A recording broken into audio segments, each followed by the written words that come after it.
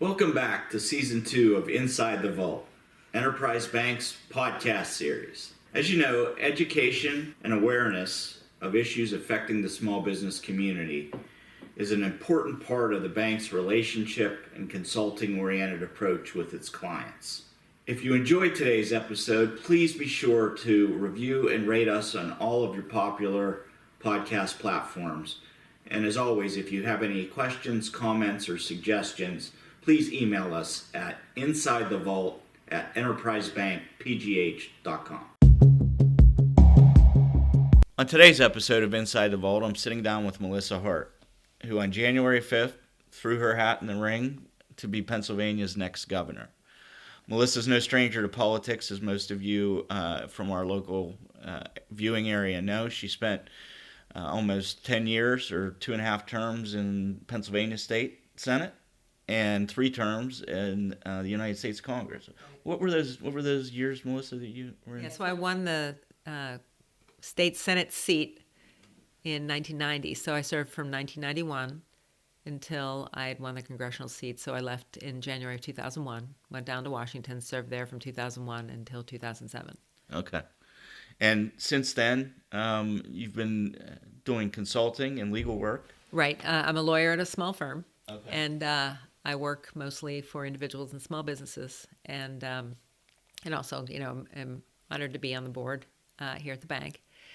Again, my focus has been on, when I lost the seat. I always was a Republican in Democrat districts, which, means you have to talk to everyone. And I think it really did help me to understand that every issue affects everyone, not just one party or the other, and trying to move forward with policy that would be good for everyone. But after my congressional term ended, a lot of people stay in Washington.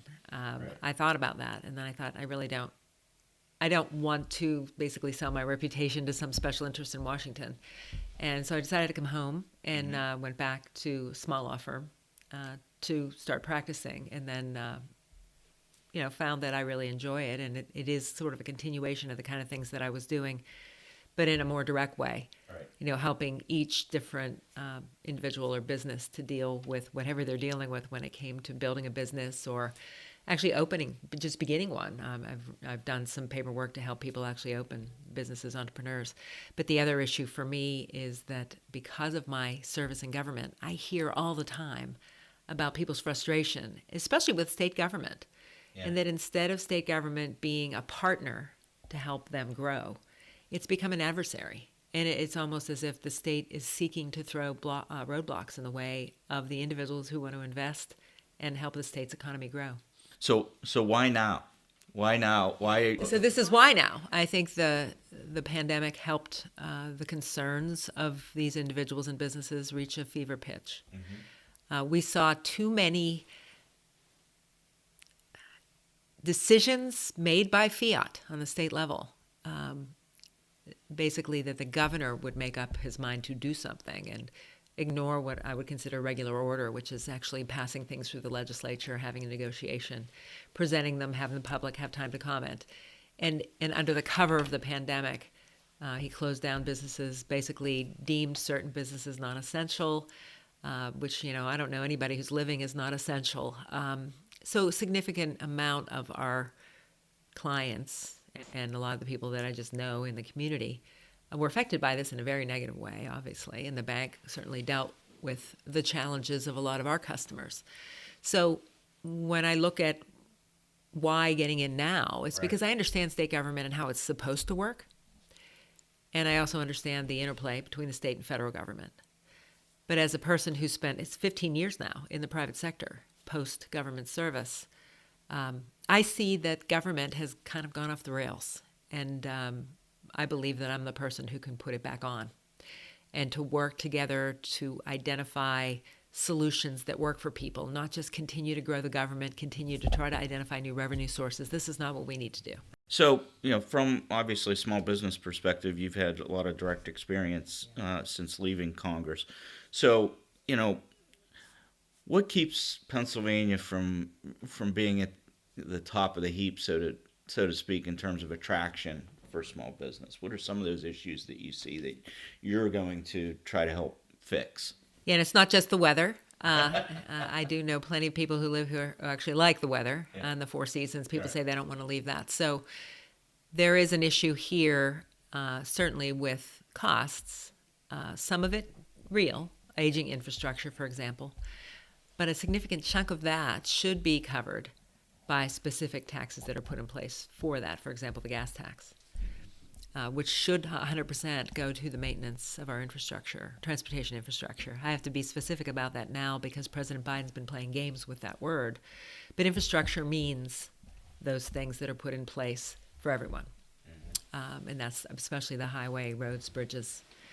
And the federal government does provide a significant amount of funding for those items. And with a better advocacy, I think, and coordination among our federal representatives in the state government, I think we could do better, certainly, to maintain those. So cost is one, and some of them are legitimate. But I do believe also that the state government has grown too large. I noticed from the time I left state government to the time now, there have been a number of new office buildings built in downtown Harrisburg to house more state employees. There's really no reason for this. Our population isn't growing so much that we needed a number of new buildings. The efficiencies of state government are certainly not optimal. But what we've seen also is a focus against what I would consider the more practical in favor of a lot of pipe dream kind of plans, a focus on things that maybe certain political organizations desire but aren't going to help grow Pennsylvania. Right. Every 10 years we do the census. The U.S. does the census, and then Pennsylvania has to redistrict the congressional districts. And for the last 90, we've lost a U.S. House seat. And my understanding is that those districts are even in flux as we speak today. That's keeping the normal timelines for state office elections to be held, right? Right. So at this point, as we're interviewing, the state Supreme Court is in charge of basically determining what the map will look like for our congressmen, all the districts minus one again. And that's not decided. And so because that's not decided, the nomination petitions that were supposed to begin this week are on hold. And the court didn't give us a new date. So we're all in suspended animation right now. Interesting. Well, when I talk to business owners and when I read, about Pennsylvania's competitive position with regard to business environment, the first thing everybody talks about is taxes. Yes. So, what's your take on the taxation system on businesses or even individuals at the state level vis-a-vis the rest of the country? So the most obvious one, which I have to speak about first, is the corporate net income tax in Pennsylvania is 10%. So in New Jersey, people have pointed and say, well, we're not as bad as New Jersey because their top rate is 12%, but they have a graduated tax. And if you make $1 million, you pay the 12% in New Jersey. If you make $1, you pay the 10% in Pennsylvania. So we're off of $1. All off of $1, and it's across the board for, those who make a ton and those who don't, which I think when you think about it here in Pennsylvania, our goal should be to attract businesses to locate here or to keep the ones that are here. Mm-hmm. And we're not competitive with Ohio. We're not competitive with West Virginia. And, us being in Western Pennsylvania, that's a big issue. We're not even as competitive as we used to be with New York. So that's embarrassing. Yeah. And so for us, we need to just be a part of sort of a reform. I'm running to reform this because it's not logical. The state should be more of a partner with anybody who wants to start an enterprise here or grow an enterprise here or bring one from another state. The goal should be to grow that here because obviously when the people here are successful and the businesses are successful, we'll have an influx of population instead of an outflux, which of course brings with it more people paying the income taxes that they pay as individuals, which isn't bad for the state government and its coffers. I mean, the concern that has always existed is, well, if we cut the corporate net income tax, where's the money going to come from? Well, where it comes from... An increased tax base. Right, and you have to do dynamic scoring of the budget, which basically means you pay attention to what the behaviors will be when you improve the business climate. And the behaviors will be that more people will stay here and more people will come here. or even expand their businesses here from elsewhere. Right. Because we are centrally located. I mean, Pennsylvania has a lot to offer as far as business goes. That, we're a couple hours drive from a significant portion of the United States population. So it's important for us to take advantage of that. And one thing that I think we're not doing, that we were doing, but the governor stopped the construction of a pipeline in the eastern part of Pennsylvania that would help us develop more of our own energy resources, is that we need to look at what are the strengths of Pennsylvania. And one of them is energy. And it isn't one specific kind, although the gas production certainly is notable, right, and something that has really jump-started a lot of very large businesses coming here. For example, the cracker in Beaver County. But we need to make sure that we develop that for a number of reasons. One, people who work in the energy industry, right? Number two, now that we've had supply chain problems because of the pandemic, a lot more people are looking at restarting a lot of the manufacturing that we've unfortunately offshored. Right. Let's onshore it in a state that has a manufacturing history. But and it has the localized energy sources. Exactly. Yeah. And I was going to say that the energy would be cheaper here, and right, so those manufacturers would be encouraged to come here because their costs to do business would make sense. Instead of having, if we get rid of that 10%, say we have the CNI, the corporate net income tax, that makes us very competitive. And that is an answer, really, to bringing, again, people back in, encouraging more business growth. We have really great resources here, not just the energy. And, whether it's gas, wet gas, so we have oil, we also still have coal. The way of burning coal has advanced. I was going to say technology on all those fronts has improved so much from a pollution, environmental protection, but you just don't ever seem to hear that side of the story. Well, the industry themselves talk about, they always use the term responsible development. And when you look into what has happened over the last 10 years, maybe 12 years really, as that development has really grown, is that we have seen advances. We've also seen a very heavy-handed state government. Right. So when it comes to that heavy hand versus the Corbyn administration, which actually put in place a lot of the infrastructure to help those companies grow, which they did significantly. As soon as this administration came in, they really worked hard to reduce that, with trying to create beyond the impact fee, which is a tax, which is a tax that most of the industry has accepted because that they do cause damage to roads and some things like that for a period of time of their initial development of wells and that sort of thing, that communities are willing to accept because it's being reimbursed and they're able to gain from that development in their communities. That's important. But what the governor has tried to do is institute a severance tax as well. So that'd be on top of it. That, who knows where that would go, right? Into the general government spending coffers to cover his social engineering, which nobody really believes should be a top priority. Right. As far as Pennsylvania goes, the interest should be focused on the people of Pennsylvania and what we need to prosper.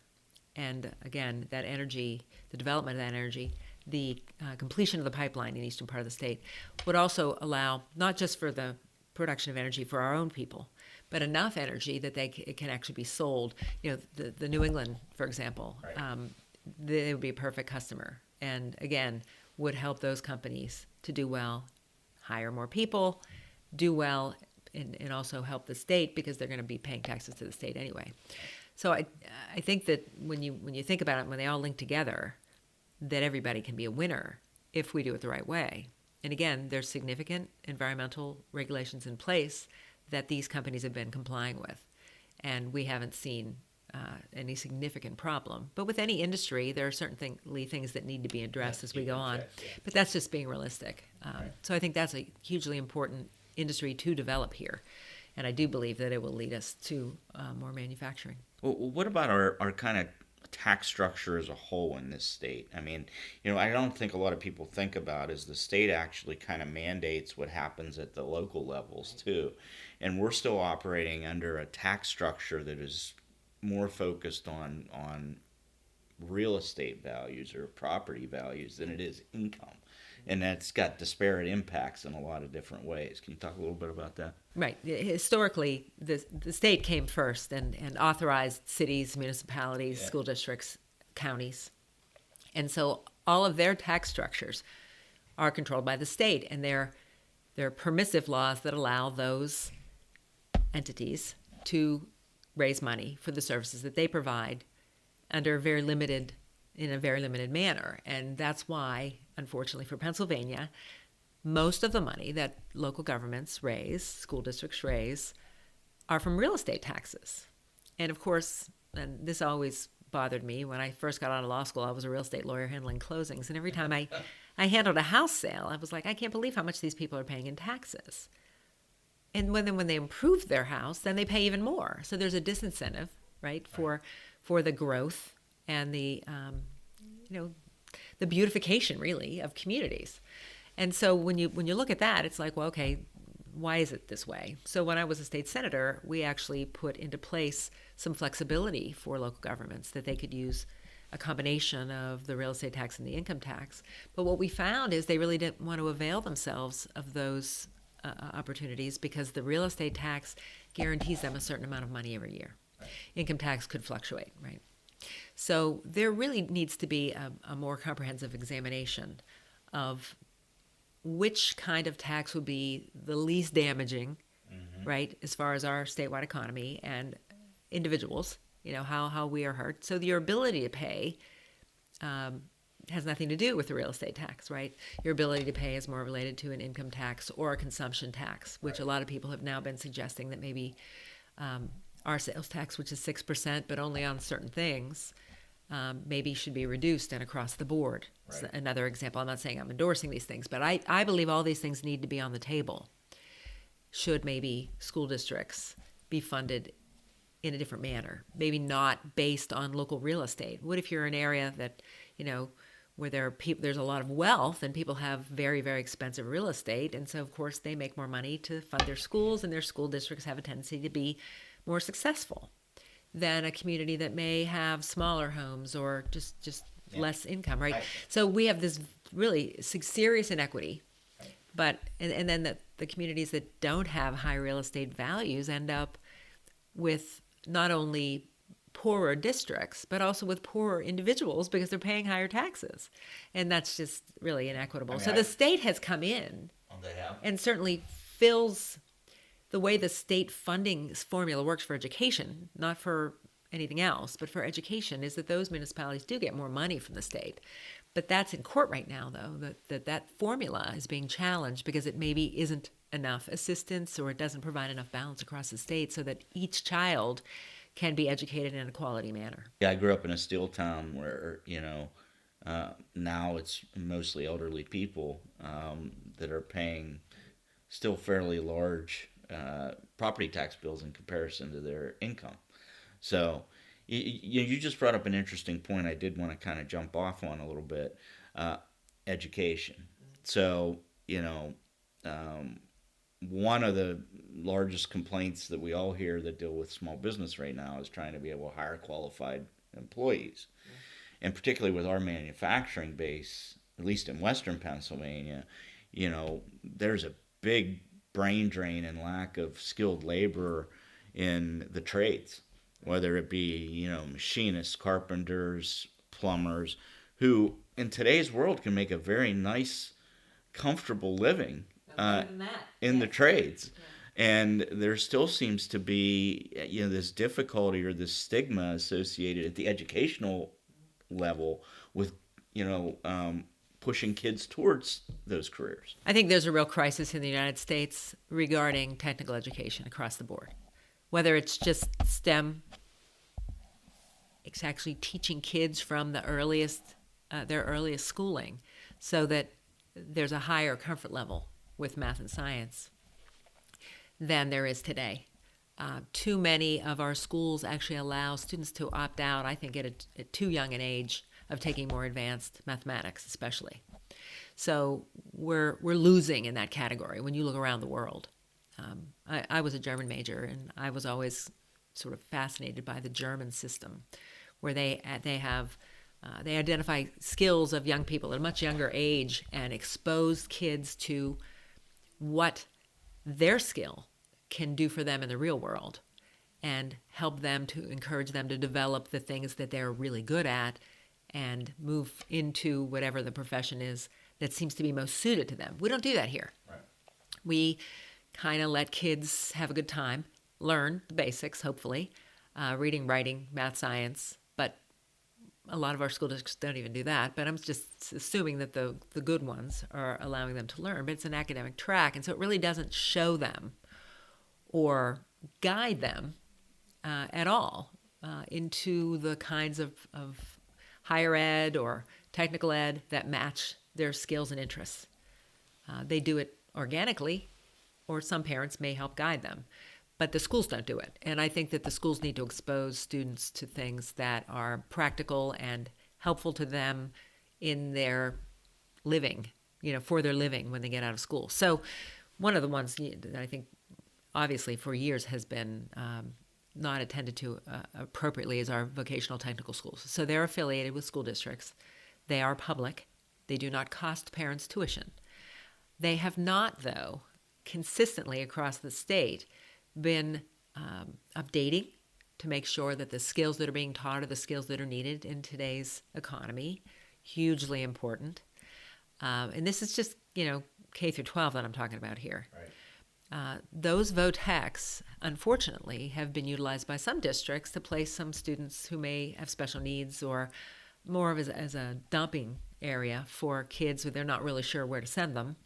But the kids that don't have the skills to do the technical jobs that we need in our economy today. Okay, so let's make sure that first kids with special needs are in a program that's helpful to them, and also that kids who may have an outstanding skill or interest, or they're working with their hands, or they're good at math, they're good at science, they're interested in mechanics, they're interested in building, they're interested in things that they could make a living very well without going to a 4-year college costing, hundreds of thousands of dollars and being in debt, which is not a logical thing to do. Right. Our education system should certainly be honest with parents. And I don't believe at this point in time that it is. And I think that the state is paying for some education that isn't productive, isn't helpful. And we actually have kids graduating from schools who don't have the basic skills. So across the board, our education system needs an overhaul. So, obviously those are longer term issues to tackle. Right. But we still have this in the short term. We still have this, unemployment issue to deal with. Right. So along those lines, that's obviously another major cost for most small business owners is their unemployment compensation. Is the state system as it exists today, unemployment wise, is it working? Does it need fixed? It's too expensive. Okay. When I first actually became a senator, Governor Casey was trying to reform it, and there was a small reform done at the time, but there really hasn't been much done since. Couple things. One, there's always going to be fraud in systems like that. We need to root out the fraud. But we also need to figure out the best way to adjudicate those cases efficiently. A lot of times they'll linger, costing the employer and continuing to cost the employer over a long period of time. In addition to the taxes they pay, they're also still paying additional money. So, and then their taxes go up when someone who works in their company uses the system, those kinds of things. And I don't know that as a statewide system that needs to be the case. If there's no fault or harm caused by the employer, then I'm not really sure why their cost should necessarily increase. If it's going to be a statewide system of unemployment insurance, then that's what it should be. So we have a lot of issues to deal with when it comes to the cost of that system.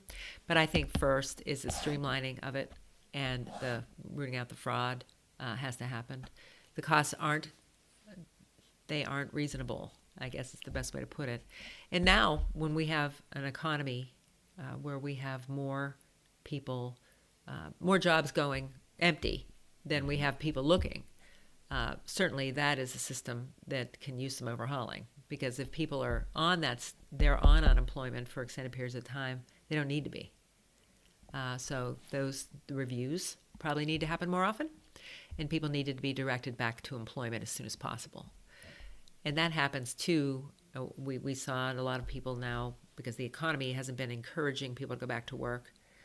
Stability is really important, whether it's the tax situation for an employer so that they know how much money they're going to have to spend so they can know how many people they can hire, but also with the school system, with kids being at home and some parents making the decision to stay home because their kids were schooling at home, that they aren't returning to the workforce because of that lack of stability too. Right. I think state government's responsibility is to provide that across the board so people can make plans, whether they're business people, families, making decisions about whether to go back to a job.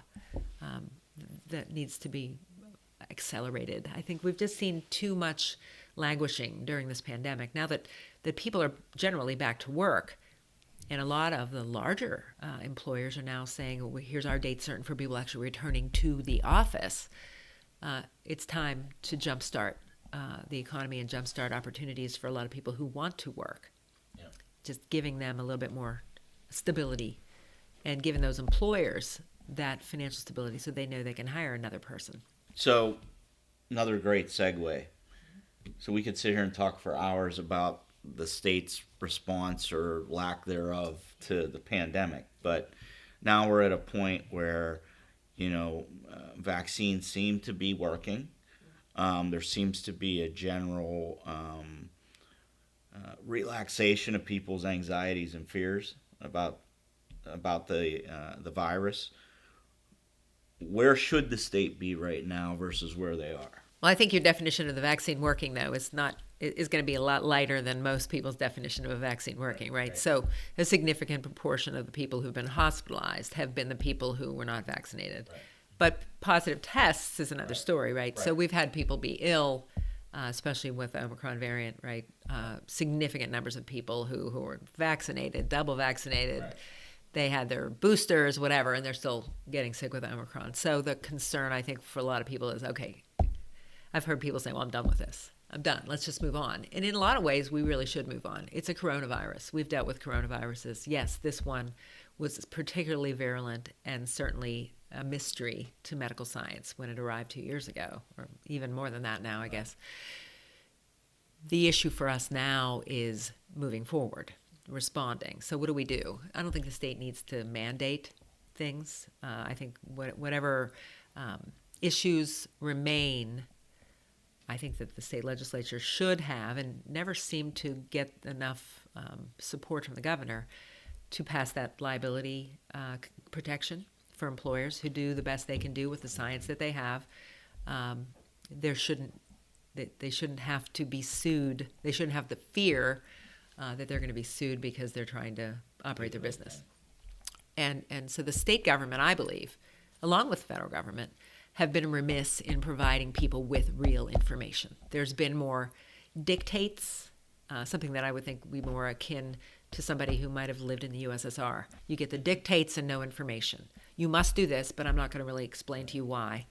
And those things have frustrated a significant number of people. I hear from them everywhere I go during this campaign, is that they're tired of it, because that's not what this country is. So providing the information to people and allowing people to make their own decisions is where I stand and where I believe is the most effective way for us to move forward out of the pandemic.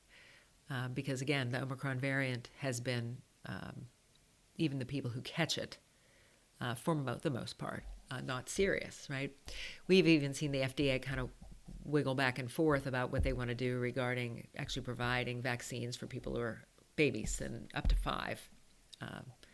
5-year-olds, and they withdrew it again. So these school mandates and all these things, I believe that they need to go away. I think the most important thing, though, is for the public to be provided with the information, not the information that's selected to make you behave a certain way, but the real information so that they can make intelligent decisions. And public health organizations need to regain their credibility by being honest with the public, because I think a lot of them have not been. And that's in a country like this where people should be free to make their own decisions. That's a real misstep.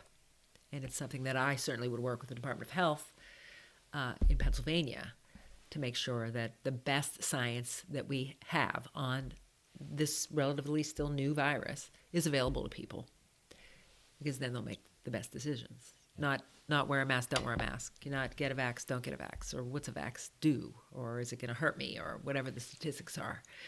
Because you never, for example, one of the issues I think very early on was, can we get an antibody test? I think I might have had it, some people would say. So can I get an antibody test to know whether I really need to get vaccinated or whatever? And then they weren't available, Right. because the government wouldn't let you take one. Or every time you took a test, it had to be registered with the government so that they knew and they could add you to the list of people who tested positive, even though you didn't even have a sniffle, for example. So those kinds of issues, I think we need to move away from: the secrecy, the control, and just openness and information. And certainly provide opportunities for testing and those sorts of things to people, especially for antibody testing, because it's harder to get. Right. And the federal government's wasting money on providing free tests for people when they don't need them, which I think is another, again, it's a delayed reaction, and something that is, it's the behemoth of the U.S. government being way behind. So the state's own response in terms of its own agencies and employees has had, at least in my estimation, an adverse impact on a lot of business owners and commerce in general. Getting anything done through the state, even today, is very difficult from a timing perspective because of,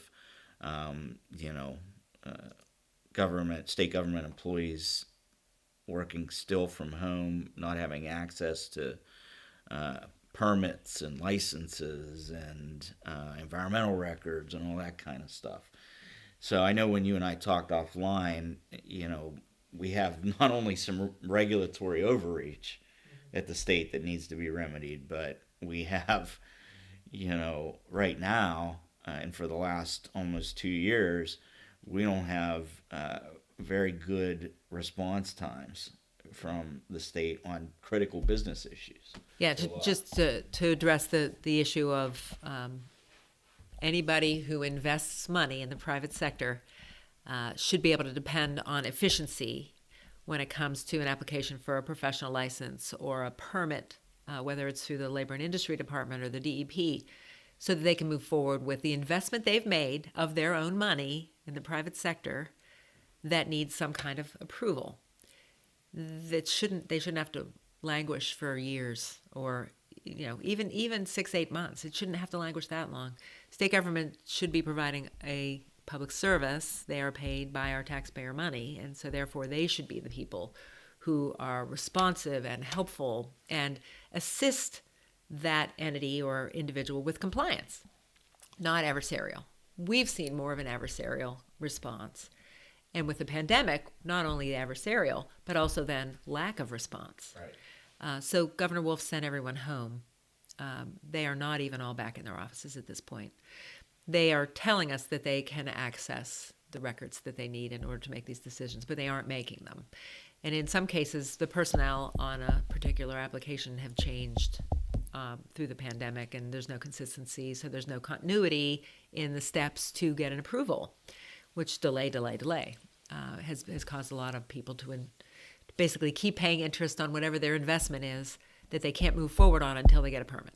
We've actually I've had direct experience here in a couple of circumstances with development projects the bank was financing that had, environmental due diligence requirements, and the environmental professionals are unable for months and months to access the state records. And,